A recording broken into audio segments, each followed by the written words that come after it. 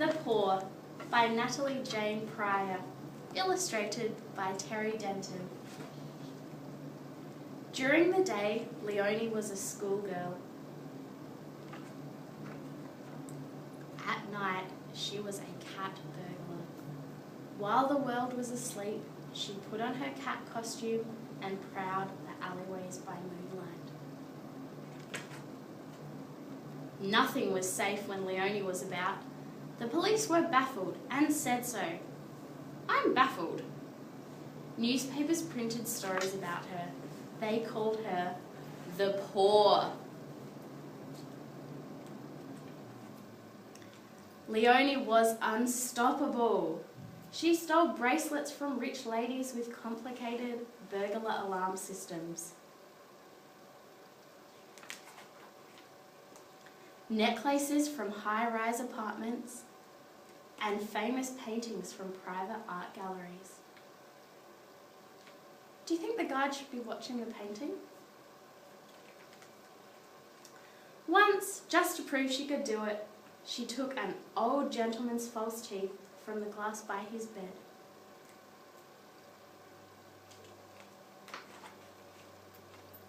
Leonie studied the career of Robin Hood in detail.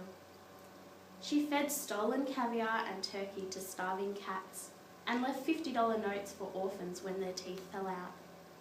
A computer in her secret hideout kept records of people who needed her help.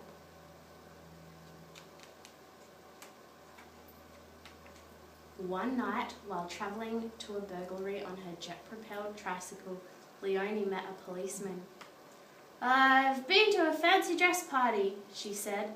The policeman did not believe her. When Leonie refused to give her name, he took her to the police station in his patrol car.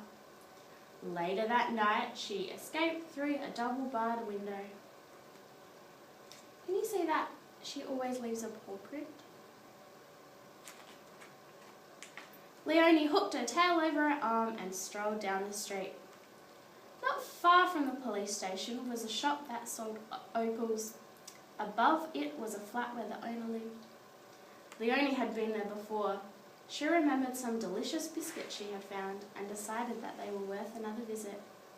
She checked her gloves, strapped her super suction pads to her knees and climbed down the wall. With a diamond cutter from her utility belt, she cut neatly around the glass of the bathroom window. She wriggled through the opening and crept down the hallway. A light showed and voices rumbled in the sitting room. Leonie peeped around the door. A gang of robbers had tied an old gentleman to a chair and were menacing him with a rotary fruit peeler. "Tell us the combination of your safe," they snarled. Leonie's tail twitched. She reached for her clockwork mouse decoy, wound it up, and set it running around the robber's feet.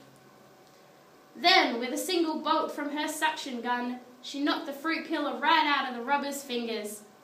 "Open up! Police!" shouted Leonie. She banged on the door and set off the siren on her automatic digital watch with 16 functions. The burglars panicked. Leonie ran to untie the old gentleman. She mopped his forehead with her handkerchief and helped straighten his glasses. Thank you," he said.